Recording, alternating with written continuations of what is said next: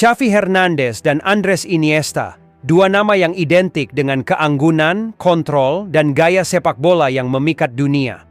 Baik untuk klub maupun negaranya, kedua pemain ini membentuk duet lini tengah yang tak tertandingi. Koneksi telepati mereka di lapangan mendikte jalannya pertandingan sehingga membuat lawan hanya bisa mengejar bayangan dan para penggemar pun terpukau. Akan tetapi, di zaman yang sama di mana saat itu Xavi dan Iniesta sedang berada di puncak performanya, ada salah satu bayangan terselip di antara keduanya. Bahkan banyak orang yang menyebut bahwa ia pantas disejajarkan dengan duo asal Spanyol tersebut. Dan dia adalah Wesley Sneijder. Kehebatan sang gelandang asal Belanda ini tak kalah hebat dari Xavi dan Iniesta. Pada masa keemasannya, Sneijder juga sulit untuk dihentikan. Ia bahkan punya keahlian yang bisa dibilang tak dipunyai oleh duo Spanyol itu, yakni kekuatan tendangan jarak jauh yang sangat bagus.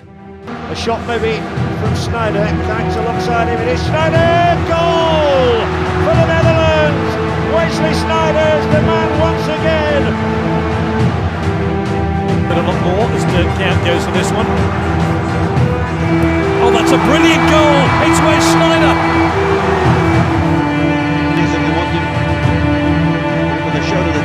As they do once again, it's Sneijder and he's found the top corner! What a way to start your first game since the 3rd of December! And his second goal, he scored a battle. Negeri kincir angin telah menyumbangkan banyak sekali pesohor lapangan hijau. Tercatat, ada nama lincah seperti Arjen Robben, predator elegan seperti Robin van Persie, hingga gelandang karismatik bernama Wesley Sneijder. Pemain kelahiran Utrecht, Belanda pada Juni 1984 ini memulai karier sepak bolanya di Akademi Ajax Amsterdam dalam periode 1991 hingga 2002. Meniti ilmu sepak bola dari kampung halaman Total Football, sekolah yang didirikan oleh Rinus Michels dan Johan Cruyff atas dasar talenta, kreativitas, dan disiplin yang berlanjut hingga tahun 1980-an bersama Marco van Basten. Tidaklah mengejutkan jika Wesley Sneijder kemudian menjadi salah satu seniman dalam permainan ini. Ia memainkan laga debutnya di tim utama pada Februari 2003 saat Ajax racikan Ronald Koeman menang 6-0 atas Willem II. 1 bulan setelah itu, dia mencetak gol perdana bagi kubu Amsterdam saat mengalahkan Groningen 4-1 di KNVB Cup. Sneijder sudah mencuri perhatian di tahun keduanya memperkuat tim senior Ajax musim 2003-2004. Saat itu ia bersama dengan Zlatan Ibrahimovic, Rafael van der Vaart, John Heitinga berhasil membawa Ajax meraih gelar juara Liga Belanda. Permainannya di lini tengah bersama Rafael van der Vaart menjadi kunci suburnya Zlatan Ibrahimovic saat itu. Sepanjang perjalanan di Ajax, Sneijder menyumbangkan 1 gelar Eredivisie, 2 KNVB Cup, musim 2005-2006 dan 2006-2007, dan 1 Johan Cruyff Shield pada 2006. Total, ia mencatatkan 43 gol dan 36 assist dari 126 penampilan bersama klub tersebut.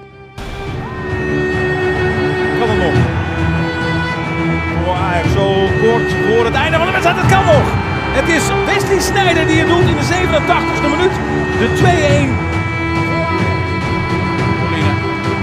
Daar wat te makkelijk over. Sneijder. Sneijder. Sneijder. Hop. Wat een goal. Vlak voor rust. Ja, fout Colina natuurlijk. Die moet dat nog.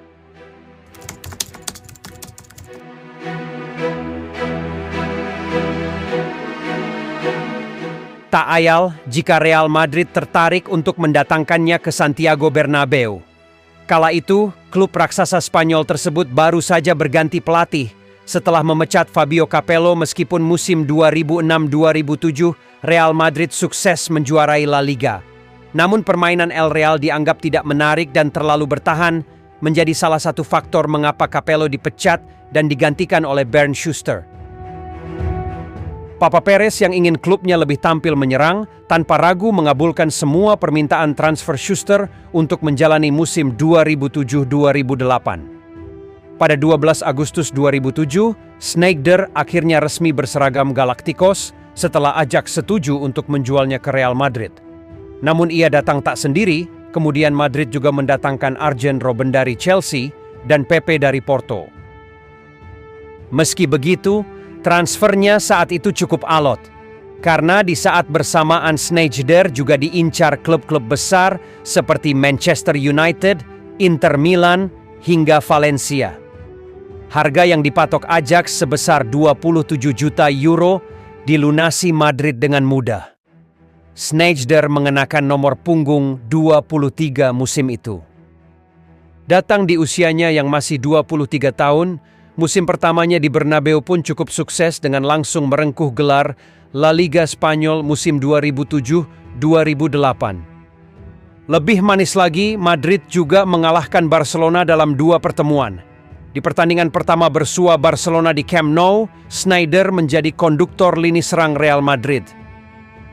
Pertandingan yang dimenangkan Madrid dengan skor 1-0 itu menampilkan kebingungan bagi lini tengah Barcelona yang dihuni Xavi, Iniesta, dan Yaya Toure. Mereka kesulitan menembus kuatnya lini tengah milik Madrid. Barcelona lupa dengan adanya Sneijder yang dengan leluasa mengatur serangan El Real. Hal itu pun kembali terjadi di pertemuan kedua mereka. Barcelona belum menemukan resep menghentikan Sneijder. Madrid pun menghancurkan Barcelona 4-1 di Santiago Bernabeu. Sayangnya Sneijder kemudian mengalami kesulitan di musim keduanya. Cedera ligamen yang dia derita saat melawan Arsenal pada Agustus 2008 di Emirates Cup membuat kariernya di Santiago Bernabeu merosot. Cederanya tersebut bukanlah tanpa sebab. Setelah musim pertama yang cemerlang itu, ia terkena stardom yang kemudian mengubah gaya hidupnya. Apabila Anda sudah pernah menyaksikan film Goal, maka kurang lebihnya kehidupan Sneijder di luar lapangan seperti itu. Karena alkohol perlahan menghancurkan karirnya di Madrid. Saat itu saya masih muda, saya suka kesuksesan dan menjadi pusat perhatian. Tapi hal-hal buruk terjadi di sana. Itu bukan narkoba, tetapi alkohol. Saya harus terbiasa untuk hidup seperti bintang. Anda dipuja sebagai pemain Real Madrid dan pergi ke jalan menghabiskan ribuan euro dan membelikan orang-orang sesuatu. Saya tidak bisa mengatakan bahwa saya kehilangan apapun. Saya bermain cukup baik, tetapi dikatakan bahwa saya seharusnya bisa melakukan lebih baik lagi. Saya tinggal sendirian dan saya tidak menyadari bahwa botol vodka telah menjadi sahabat saya, katanya. Kecenderungan Sneijder meminum alkohol itulah yang menjadi faktor utama merusak karirnya di Real Madrid. Dia menjadi tidak fokus berlatih dan gagal memberikan kualitas terbaiknya. Alhasil, sepanjang musim 2008-2009, dia hanya 18 kali menjadi starter, mencetak 2 gol dan 2 assist. Performanya dianggap lesu dan dilepas ke Inter Milan di akhir musim. Kala itu, boleh dibilang penampilan Sneijder juga sedikit tenggelam dengan kehadiran Rafael van der Vaart, mantan rekannya di Ajax.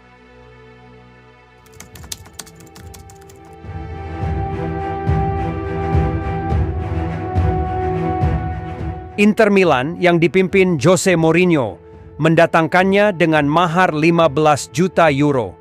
Bersama Inter Milan, Sneijder didaulat memegang peran pemain nomor 10, yang merupakan posisi alamiahnya. Inter Milan pun di luar dugaan meraih treble winner dan menjadi satu-satunya klub Italia yang meraih gelar ini. Tentu saja peran ini tidak lepas dari performa apik sang gelandang anyar tersebut. Di bawah asuhan Mourinho, peran Sneijder pun sedikit unik.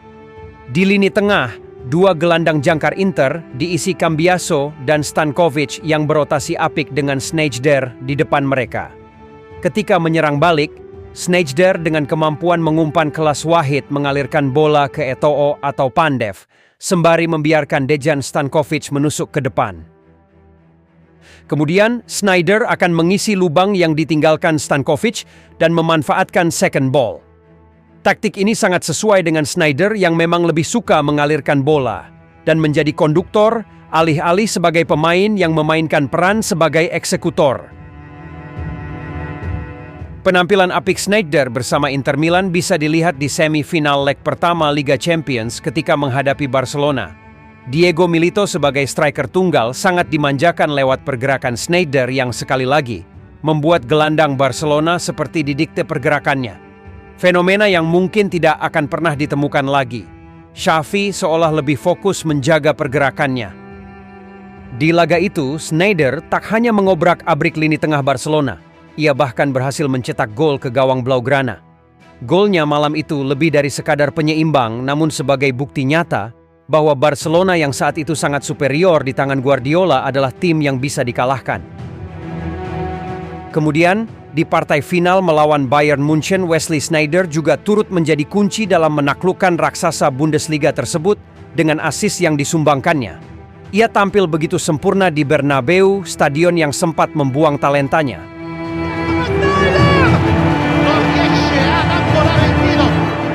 Tahun 2010 barangkali menjadi yang paling fenomenal bagi Sneijder. Musim tersebut Inter berhasil menggondol trofi Liga Champions dan sukses mempertahankan trofi Serie A. Terlebih mereka juga sukses merengkuh trofi Coppa Italia. Inter meraih treble untuk pertama kalinya dan menyudahi puasa gelar Liga Champions dalam 45 tahun. Spektakulernya lagi, di tahun yang sama Sneijder mereplikasi performa apiknya bersama tim nasional Belanda. Bisa dibilang pada era inilah salah satu skuad terbaik Belanda. Di Piala Dunia 2010, Sneijder menjadi pemain penting dalam membawa Der Oranje lolos ke final dan bersua dengan Spanyol. Namun begitu, kali ini Xavi dan Iniesta lah pemenangnya dan sukses mengalahkan permainan Sneijder.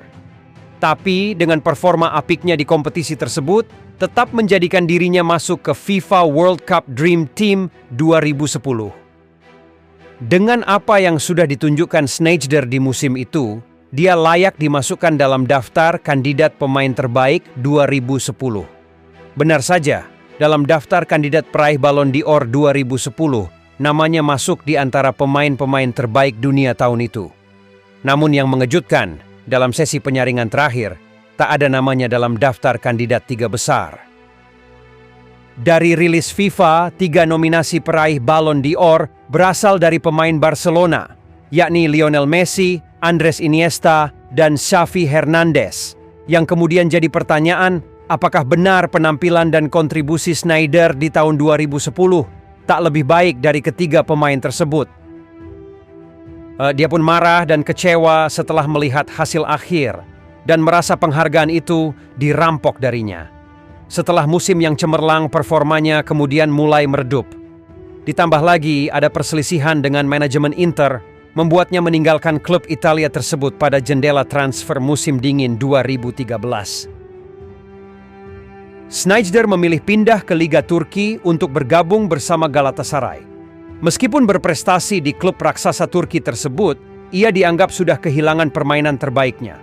Setelah itu, Sneijder gabung ke Nice untuk kemudian melanjutkan karier di Al-Ghafara dan memutuskan pensiun sebagai pesepak bola profesional pada 2019. Pada akhirnya, Sneijder tetaplah salah satu gelandang terbaik yang pernah ada. Dengan segudang prestasi dan pencapaiannya, ia merupakan pemain nomor 10 terbaik setelah Riquelme. Andai tidak sering berkutat dengan cedera, bisa jadi Sneijder akan disejajarkan dengan pemain legendaris Belanda, Johan Cruyff. Selama 17 tahun berkarir sebagai pesepak bola, Sneijder telah mencatatkan 574 penampilan, 155 gol dan 20 trofi mayor di level klub.